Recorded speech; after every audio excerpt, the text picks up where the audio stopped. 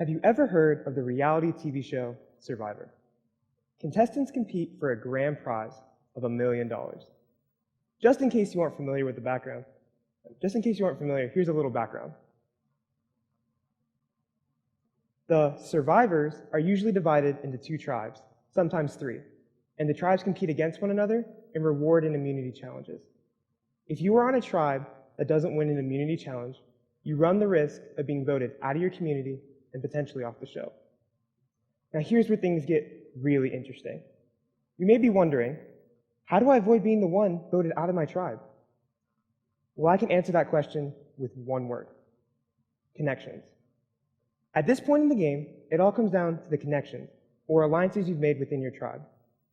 Without these solid connections, people who you need to have your back when times get rough, you have no hope of winning this game. Now, you may be wondering, why is this kid talking to me about Survivor? Is this really what his speech is about? And the answer is no.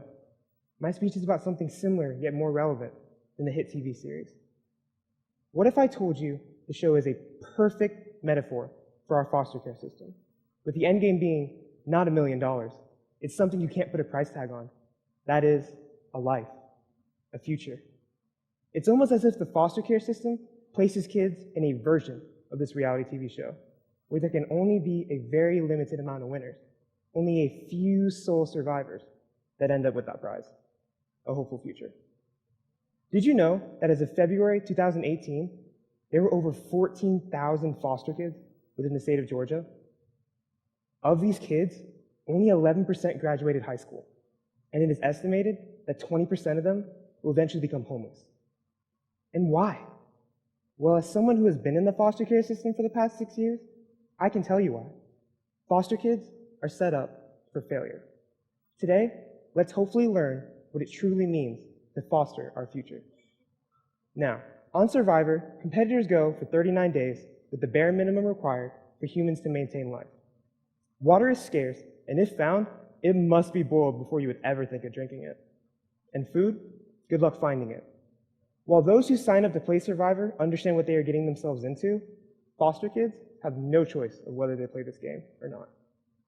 Due to circumstances beyond their control, foster kids are placed into similar but abnormal situations. Foster kids usually come into care due to one of the following reasons: drugs, truancy, abuse, neglect, or abandonment. For most of you in this room, I imagine you have had some people serve as parental figures who have guided you all, each on your own individual paths, whether they be your actual parents or not. Foster kids don't have this choice. What do they have? Chaos. If you've ever watched the show, you would know that it is common for the show's longtime host, Jeff Probst, to suddenly appear and change the rules of the game. It leaves contestants scrambling. That's our daily lives. For example, just getting onto this stage today was a nightmare. It took 3 approvals from all levels of this system, weeks of paperwork preparation, and an approval from my county court system. As you can see, rarely is something simple. We often can't have the first associated with high school. That is, a first cell phone, a first car, any technology for that matter, a first date. Who feeds us, who shops for us, what we own, and where we sleep at night is 100% out of our control. Therefore, social lives are also non-existent while in care. We move around so much before any real relationships can be developed. Even in the ideal situation where one of us doesn't have to move, who we meet and who we hang out with are met with consistent and frequent background checks. As a result, we have no tribe to call our own. The turmoil that is the foster care system would drive any normal person crazy. It's just like a game. After a few days or weeks living within the unpredictability of that game, reports of individuals doing unspeakable things become frequent. Like all of a sudden, people are running around naked, or taking all of another tribe's rice, all the food they had left for the rest of the game, and throwing it into a fire, just to name a few insane moments from the show. You see, when the basic needs of individuals aren't met, the implications can be severe. It's no different for foster kids who leave our system. What happens to these kids when they hit our modern world? These kids become adults who can't handle real life. They cannot take care of themselves. They often cannot have meaningful relationships, nor can they socialize. The kids who leave without an education are often the ones with no sustainable income. And the kids with no sustainable income often become homeless. Homeless kids often get themselves into trouble, who then get themselves tied up with the law. 25% of all foster kids will be homeless within 1 to 2 years. 30% become part of our prison system. What a waste of human lives. I've met kids whose stories I think about all the time. Miles, who was shot and killed less than 3 weeks after reunifying with his mom. Scotty, who dropped out of school to pursue a thuggish lifestyle in the footsteps of his brothers. Another foster I knew was arrested for first-degree murder. Another for grand theft auto.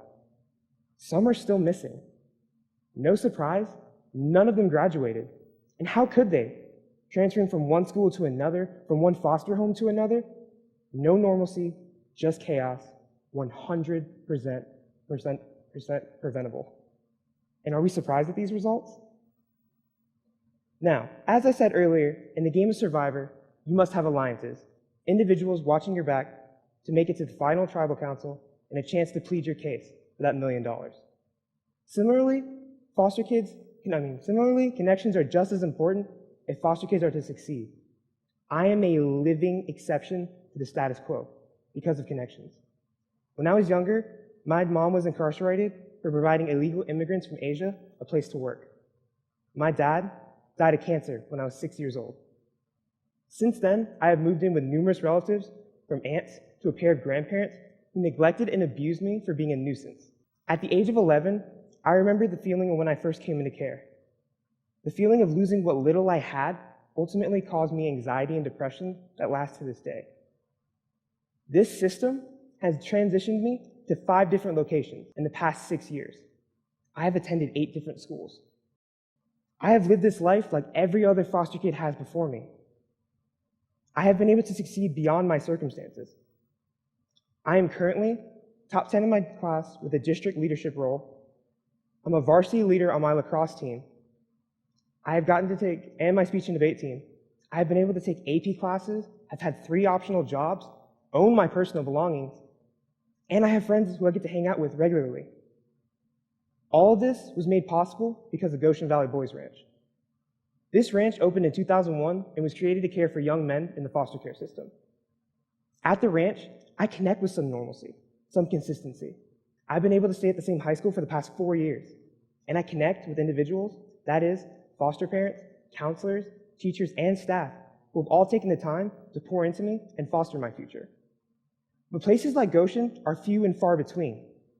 And that's a shame, because our kids graduating is a rarity. And why? We lack a connection with the classroom. Because again, we move around so frequently, and although it is far from perfect, there are so few places like Goshen to provide that consistency, that normalcy that we need in our lives. As previously stated, we currently only have an 11% graduation rate for foster kids within the state of Georgia as of 2018. Who cares, right? Let's put that in perspective. Take Cherokee High School. If we applied that 11% to the 14,000 Georgia foster kids, an amount equal to only half of Cherokee students would graduate, which is 1,500. How many kids attend and graduate from college is worse. Only 3% of foster kids will ever graduate from college. Keep in mind, normally over 50% of college attendees graduate. Reapply that 3% to the average 14,000 kids, that's 420 kids. Not even a high school senior class. We expect 50%, we get only 11%, but the reality is 3%. This is out of the whole state, and this can and will become our nation. Foster kids. We need a tribe, we need a place of our own, we need help to prepare our future, and most importantly, we need people for support. There is no easy solution to this problem. However, here's what you can do to help these kids win $1 million. Oh no, wait, something better than that, a brighter future.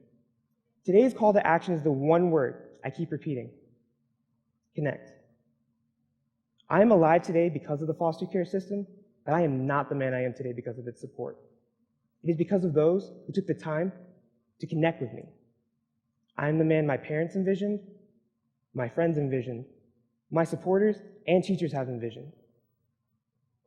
Connect. Spend some time with your local foster organization.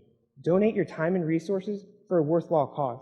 Your influence impacts the next generation of Americans. Become a foster parent, become a youth leader, become a friend. Foster their future because it's the least they deserve. Help us win the title of survivors in a broken system. The tribe has spoken.